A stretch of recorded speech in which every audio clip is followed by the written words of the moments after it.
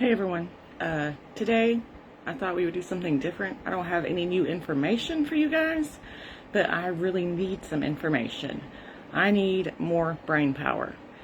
And I know there's some really smart people out there, even if you've just been self-taught or just read things at home. So anyone who has knowledge, even self-taught knowledge, or just have books sitting on your shelf that you wouldn't mind referencing for me, there's lots of things I need help researching. Sorry guys. But before that, once again, do you know that you are loved? And if you don't, how can I fix that? How can I show you that you are loved?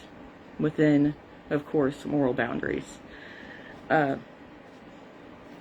anyone who is genuine and in fact a person and not a bot, because I have encountered literally thousands of bots on Snapchat. Guys, when did Snapchat change to a dating service? Because apparently every man thinks that a girl is only on there because she wants him. So I have blocked literally thousands of people. I don't know why the video has the same description as last time. It should not.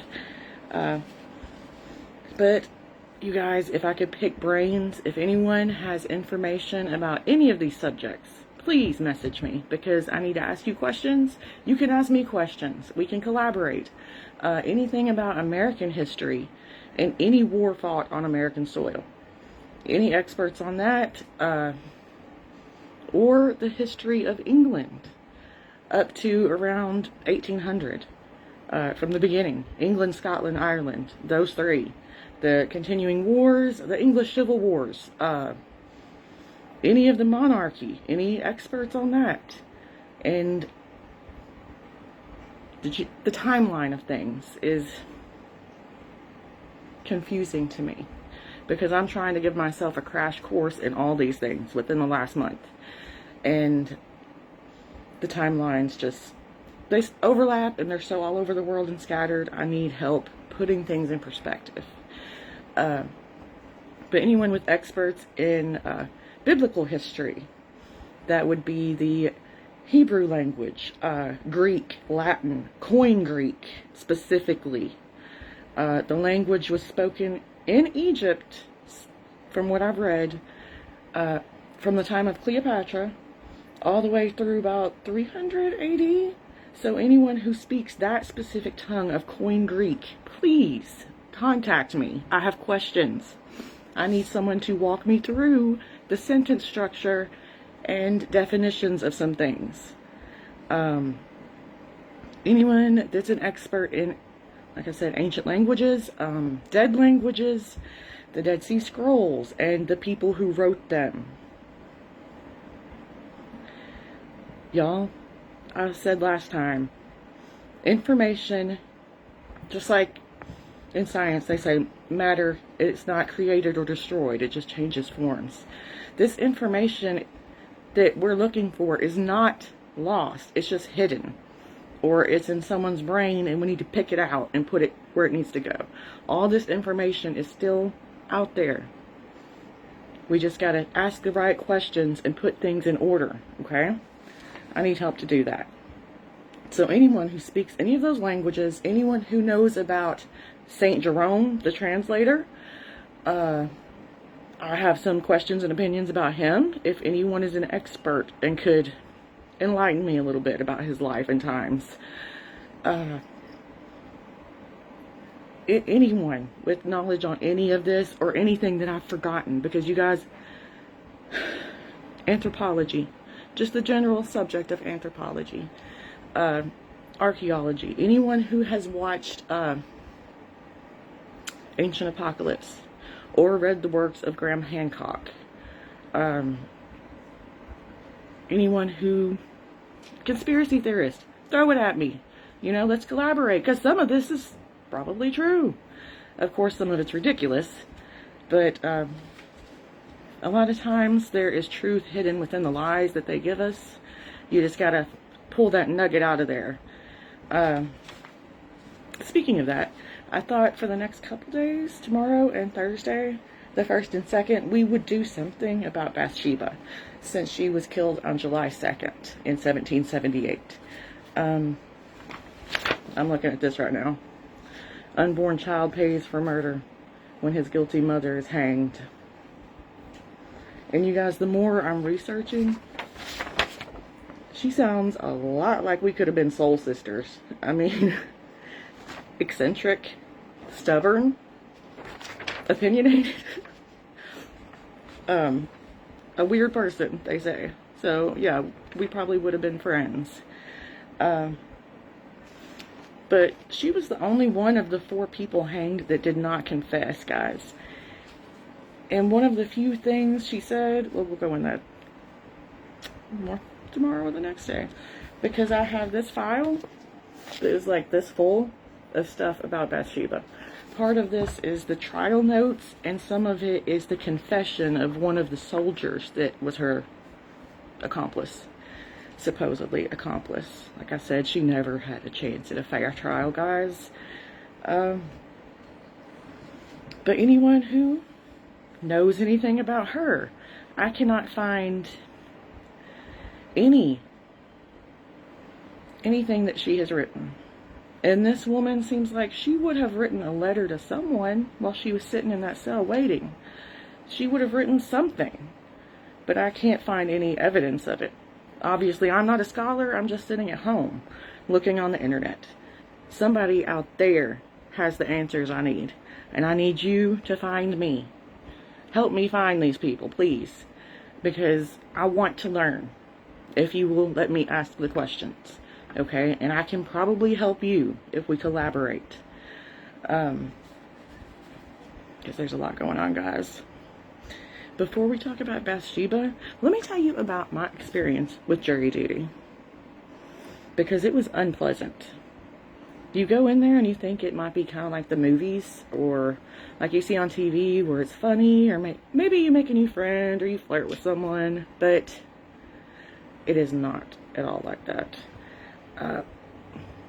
Maybe before the proceedings, you can sit there and joke or talk amongst the people you're next to, because you're crammed in there like sardines. And then, of course, they take roll. They'll select 12, 13 people to go sit and go through the questions to make sure they're eligible for jury duty. Unfortunately, I was eligible this year, back in the spring, and it was proof that our system is broken, is what it was.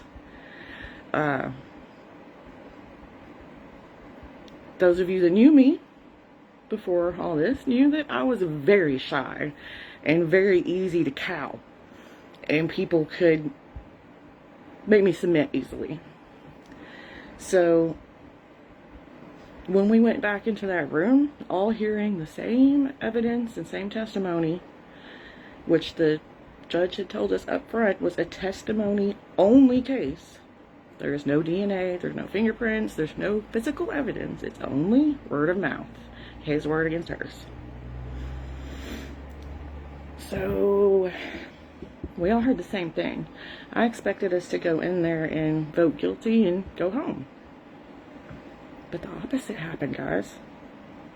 8 people said not guilty. Can you imagine? I was shocked. Some of the ladies were what I would describe as a grandmother type, like a Pentecostal lady with the little bun, the gray hair, the long skirt. And I really expected that they would have at least some of the same morals. But they went in there and said not guilty.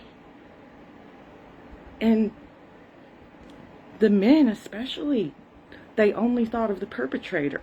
They didn't care about that girl. They said, well, you know what happens to men that go to prison that are labeled a rapist. So they care more about the perpetrator's alleged comfort than the girl who actually suffered? What kind of society is this? That doesn't make sense to me. But when I tried to appeal to these other women, that did you not see the pain in that girl's face? Did you not hear what she described? They wouldn't make eye contact with me. there was an older man sitting across from me, what I would describe as a bully, because he was a large, older man. And he looked right at me. Well, how do you know he's guilty? And I tried looking back at him and saying, because I can see the pain in her face. I can feel it in her voice. How can no one else see that? And like I said, initially 3 other people said guilty. But we caved to the majority. And in doing so, said not guilty to rape. I tried to plead with them to say guilty on sexual battery. A lesser charge. He wouldn't have that hard title going into prison. You know, it'd be easier on the person. I don't know if I can say names or anything. But no. No. All they would say was guilty of child abuse.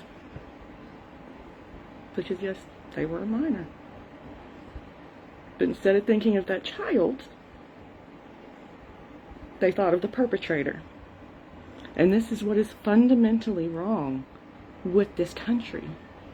Everyone thinks of the man's feelings over that poor innocent child who now has to live the rest of their life with this because of that bad person's choices. And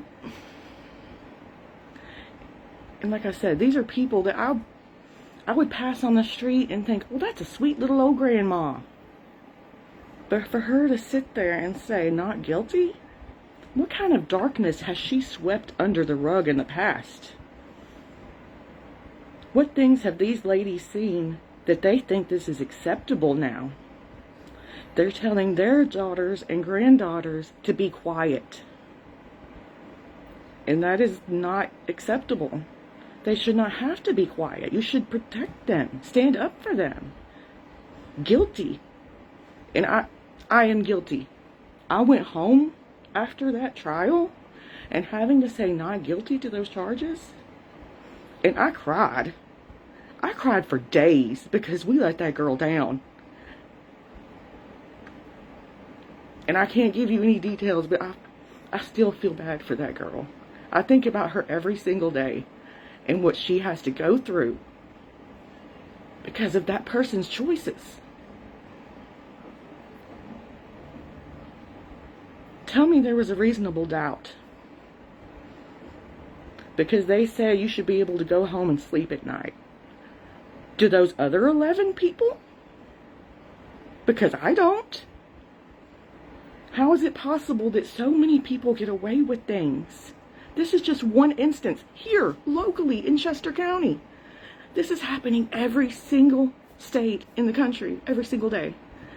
We are letting the children down. And yes, I did it. I said not guilty. I should have stood my ground and went for the mistrial and made them sit another 12 people in there. But I wasn't strong enough then. What it did was help to open my eyes, though, because I saw the people in our community that you would think would be upstanding citizens sit there and not be. So think about the image you're giving to the girls watching you. What you want your daughters and granddaughters to remember you standing for. And if you stood up for them or told them to be quiet and just stay away from Uncle so-and-so. Oh, before they get here, go put on shorts. I know we've all met those people. And there's no reason for them to even exist in a civilized society, guys. This is what we gotta fix. One person at a time. And it starts with me saying hello to Ronan Scarsato Creighton, who is watching. I haven't met you, but I love you and you have a cute profile picture. And Lindsay Dag is watching. I love you, girl, and I wish you would text me because I'm serious. I need a graphic designer. And one person quoted me $500. Another one quoted me at least $250 for a one color design. It will be time consuming. And if possible, I'd like it to be a front and back. 2 different one color designs. Of course, positive and negative, if possible, but I could always adjust it myself if I need to. I just need someone with the actual talent to do it for me. And that's what I've been saying, that we all have different talents and skills that make us happy naturally. For some people, that's drawing and making art. And when they do it and they're happy, it is beautiful. And we got to encourage those people. Like Lindsay, you are beautiful, and the things you do are beautiful. And I miss you. Literally message me. And anyone else, if you know what your talent is and what makes you happy, that is wonderful. And I hope you get to do it every single day, because that's what we were meant to do. That's why we have things that we enjoy, even if it's just your micro obsession. We need someone with that knowledge. I need experts in languages, ancient history, modern history, any American war, any of the settlers at Jamestown, either time, any experts on John Ball, or any descendants of John Ball. The dog's huffing at me. She wants to go out. And I did not mean to go this long, guys, but I love you guys, and I hope you have great days, and do something that makes you happy within moral standards, please.